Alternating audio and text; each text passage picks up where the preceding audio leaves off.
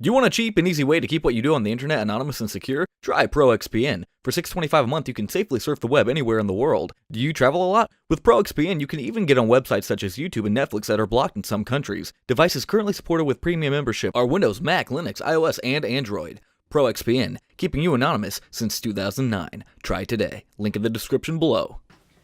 Hello YouTube. As you can tell, I'm using the DSLR's built-in microphone. There's a lot of echo. I haven't used a built-in microphone until I used the Sony NEX VG30. That's the only one I use because it sounds a lot better than this because it's stereo and 4.1 or 5.1 surround sound. 4 mics in different directions and stereo, which is like this. Peace sign straight out into the sides. And I usually use the Zoom H5 behind me. Right here. I use this one usually on my DSLRs and my camcorders and stuff. Or I use XLR. With the Zoom H5 or with the XLR port built into the cameras. So I haven't used a built-in microphone on a DSLR, like the T3, the T4, the T5i, and any other DSLRs and cameras I've had in a while, years ago. But, you know, I still had a gift card left over from holy days and stuff like that, and I figured why not get this? It is $59.99, the VideoMicro made by Rode. I owned a Rode microphone before. I've owned like 3 or 4 Rode microphones, and they're better than the built-in microphones on your DSLR, but they have a lot of noise. Even when you adjust the preamps to like 1 tick before it's really quiet, they still have a lot of noise on most of the cameras I've used. Unless you spend like $1,000 on their highest wind boom mic, where there's virtually no noise, you're gonna get noise. This one I got only because I have the Zoom behind me that I'm going to start using on my T5i again, and then I have my Sony VG30 over here, and I'll show you it really fast. Boom. It's this size. It's still considered a pro camera. The thing is that this part right here, this is a cage that I have on. The 2 handlebars are a cage. Without the cage, it has a 2 tripod mounts on the top, and the issue is that the plastic is so weak that they use on it that when I put my Zoom H5 on it, my Zoom weighs a lot. It weighs a crap ton. It weighs probably, with the shotgun microphone and the batteries I put in it, probably 1.5 pounds. You can hear it creak on the little lever. Look at the Sony VG30 and you'll see the little, just a thin neck. And I'm like, God. And then I had issues where I have to have the volume like turned down on the Zoom, the playback volume, even when I'm not listening to anything. I don't have headphones in when I use that microphone usually. It would like make a unless I turn the volume down on the Zoom, the playback volume, which is weird. So, and I didn't want to put it on the cage on one of the 3 tripods because I had to stretch my coil, my auxiliary cable from the mic to the Sony. I'm like, I don't want to deal with that because then it's putting more stress on the hot shoe mount on the actual device that's plugged into the Sony. So I'm like, where am I going to find a microphone that's small and compact and probably sounds okay? And it's great for just straightforward, not stereo and not the 5.1 surround sound that the Sony has. I just want straightforward sound, one cardioid pattern, straightforward, for dialogue or narrating or ASMR videos. And I saw the VideoMicro and I'm like, I've heard tests of them. Some of them sound really good if you have good preamps. Some of them sounded really bad on YouTube. I've listened to this for, I think they've had tests for like 3 or 4 years. I don't know how old this is. It might be 3 or 4 years old. It might be 10 years old. I first found out about it 3 or 4 years ago, the Micro. And people use these on their iPhones. They use them on their cell phones if you have the right preamps and stuff, if you have the right input. And I'm like, I need this. It's lightweight. It's great. It's okay for the sound. It's not better than the built-in microphone, but sometimes I don't need stereo sound. Sometimes I don't need sound all around, the omnidirectional.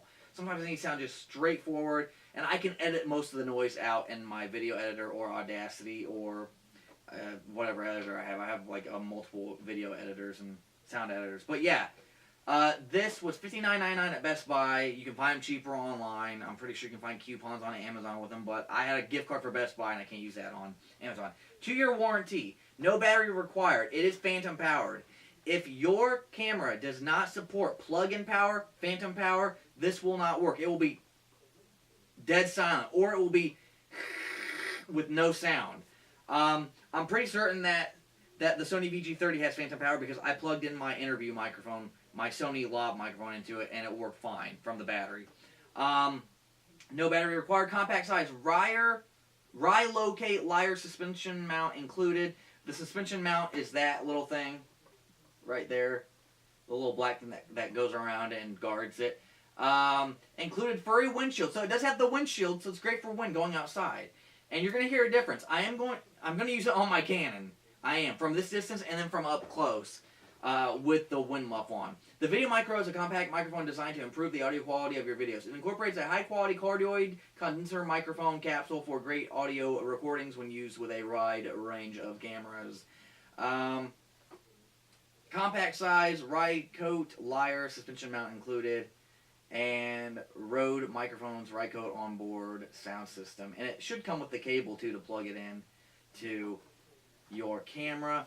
Now I will go about getting this bad boy open, and you know what?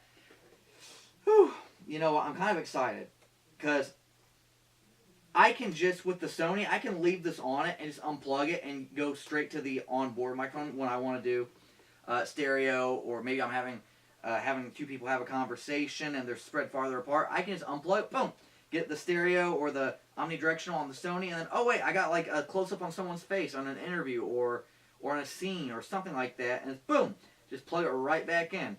The only thing is that with these kind of microphones, you will notice that since they don't require a battery to put inside of them, they do make your camera battery last a little less. Now, it was a throw-up between this microphone and the Sony ECM. There's a Sony microphone that's this size as well, and it actually had a gain boost and a gain, like a lower gain.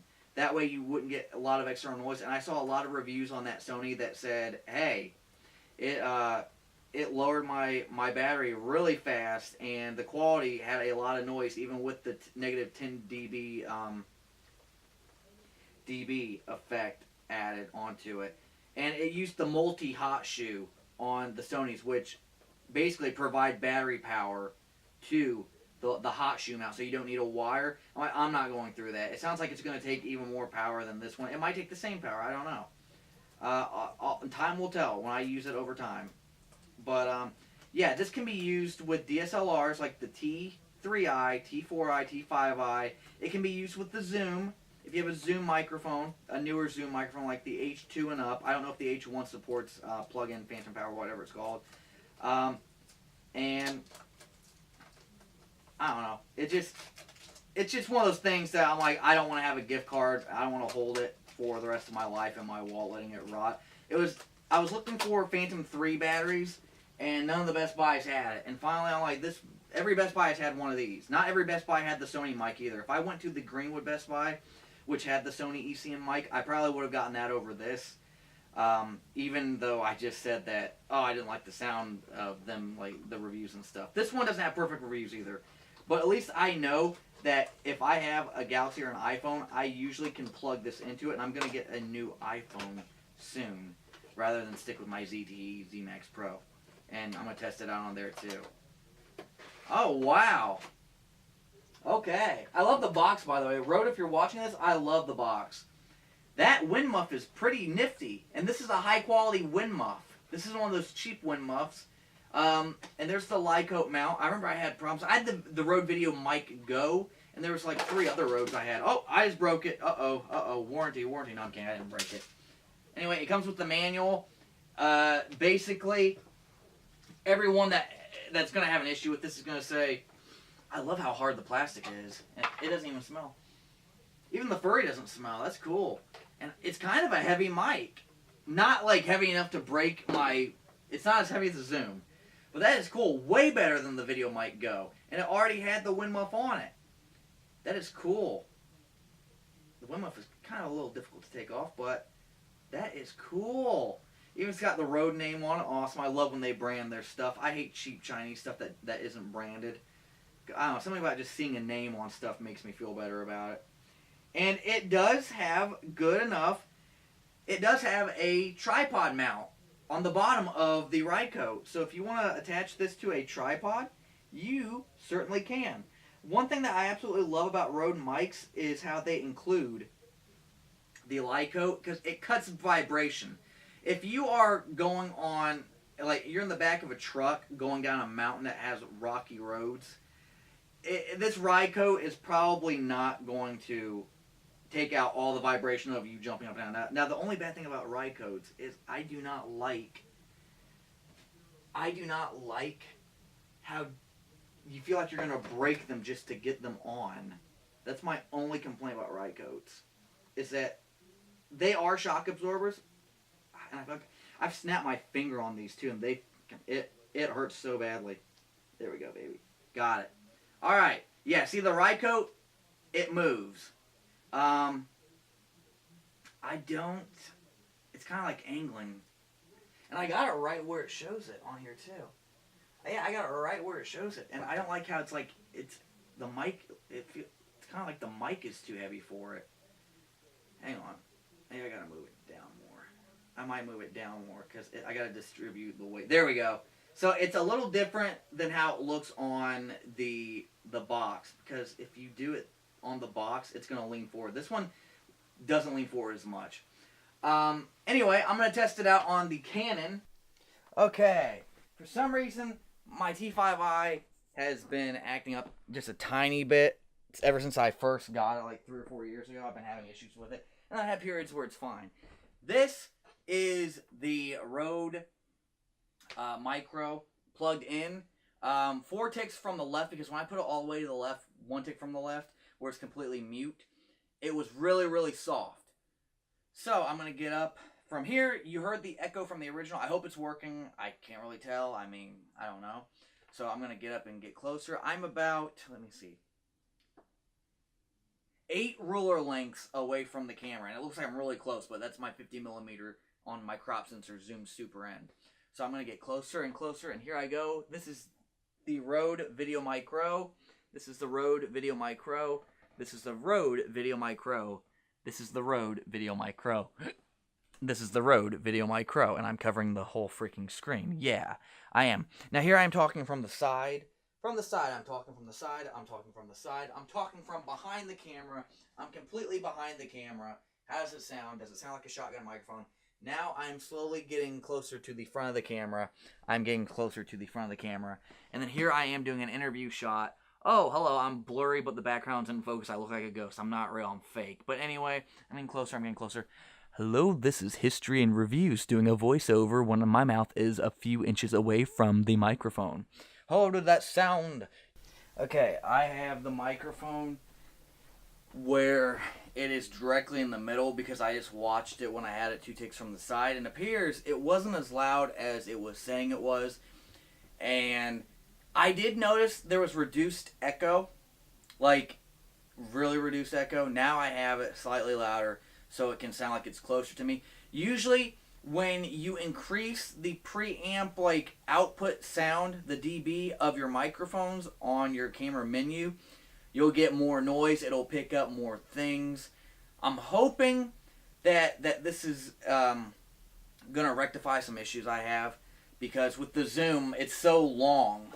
It's so long, as you saw, that I can't really get the camera super close to me without it poking into frame. With this one being not even in front of the lens of any camera I'm going to be using, hopefully that means that I can get closer and get better audio quality, as I have done in the past, rather than with the zoom having it be a pro mic right in my nose and you see like the little black wind muff poking out from the side of the screen. Hopefully this rectifies it. It's still the Zoom microphone right now as you're hearing it. Tell me what you think. I need to know, because I would review this microphone, but I'm not going to know how it sounds until I plug it in my editor and I hear it on my speakers and stuff like that, my HD speakers, and maybe plug in my headphones so I can hear any discernible differences between. I might put it at the end of the video. I don't know. It just depends on how much time I have. Thank you for watching History and Reviews. If you want to join us, comment and say, hey, I want to join your channel. and tell us what you want to do. If you don't want to comment, you can email us at hoarreviews@gmail.com. hoarreviews@gmail.com. Hey, I just thought, hey, since I said I'm going to do this for reviews, I need to be a little bit closer. I know I'm out of focus. I didn't have anything to focus on that was sitting in my seat. This is how it sounds where it's now even closer to me. It's 2 times closer to me. From what I can tell, based on my camera alone, I know I was going to end the video. This is like a post-credits scene. This is more so for close-up. Sure, it's advertised as a cardioid shotgun, but it's more for really close-up, like smartphone vlogs or DSLR vlogs or GoPro if you have a GoPro adapter for it. It's not really for professional use, even though Rode likes to advertise things as professional, even though they're not. It's got the same quality as the VideoMic Go, which is $99 and just like a longer diaphragm. Based on this, would I say it's worth the $60? No, not really. I'm glad I didn't spend my own money on it, because if I didn't get the gift card, I wouldn't have bought it. But maybe my opinion will change, and just keep looking in the comments every now and then to see if I'm like, oh, I found a solution, or oh, I found a nifty way to actually use this thing.